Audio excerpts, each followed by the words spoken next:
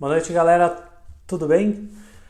É isso aí. Mais um Diário do Físio, mas agora na versão gravada. Cansei das lives, me confundo um pouco na hora de falar ao vivo.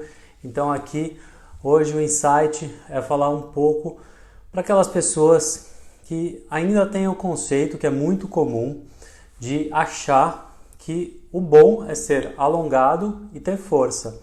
Então, eu ouço ainda muito isso dos meus pacientes, né? Eles chegam para mim e perguntam, como é que eu faço para ser mais alongado?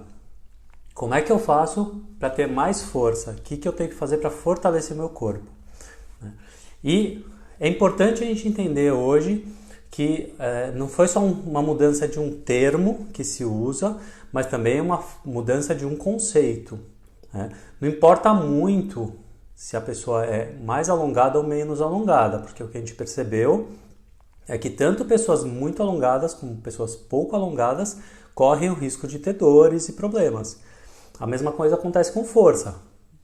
Não é incomum que pessoas que tenham muita força também tenham muitas dores, né? Então, qual é a grande questão? Qual foi a grande mudança no conceito?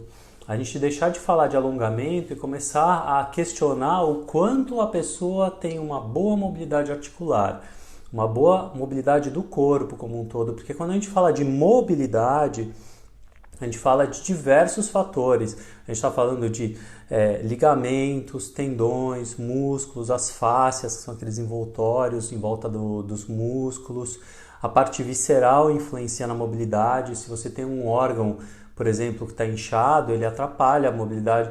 É só você pensar, por exemplo, que quando você está com alguma dor, dependendo do órgão, você fecha em direção à dor, né, para diminuir a dor, e dependendo da dor, você é obrigado a mudar a sua postura para melhorar a dor.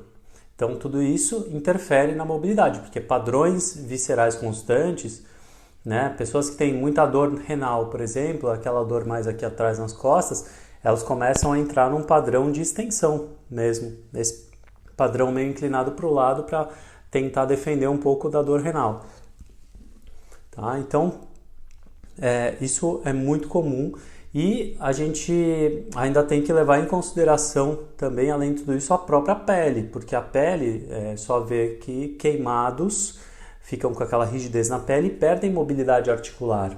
Também uma queimadura no braço pode restringir a extensão do braço, né? Então, ao invés de falar de alongamento, o correto hoje é a gente falar de mobilidade, ganho de mobilidade, porque quando você tem uma mobilidade natural do seu corpo, as chances de você ter alguma dor, algum problema diminuem. Não é que não existem, mas diminuem.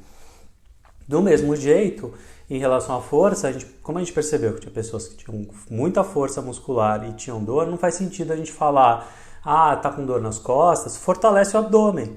Aí resolve a dor nas costas, porque muitas pessoas fortaleceram e pioraram, né? Porque aumentaram a tensão muscular ou por outros fatores.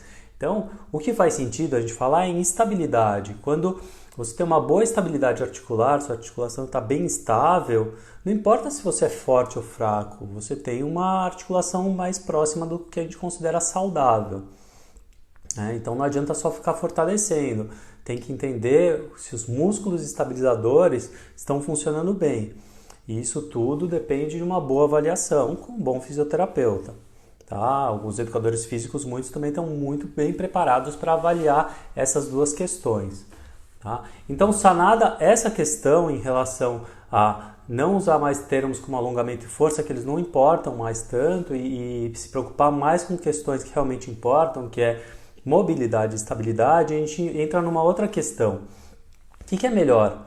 Ser forte, rígido ou ser mais flexível? Então, na verdade, isso são dois polos da mesma coisa, né? Num polo, você tem uma característica de instabilidade, no polo contrário, você tem uma característica de rigidez. Se a gente colocar dessa forma, a gente entende que uma pessoa que está mais para cá, dessa linha, mais para instabilidade, se a gente começa a trabalhar estabilização com essa pessoa, com essa característica, a gente começa a trazer ela mais para o centro e trazer ela mais para o equilíbrio. Se a gente pega uma pessoa com rigidez e tentar fortalecer, não vai ter muito ganho, porque só vai aumentar a rigidez dela. Então essa pessoa, a gente vai focar em ganho de mobilidade, porque a gente vai trazer mais ela aqui para o equilíbrio. Agora, não é tão simples assim a regra. Por quê?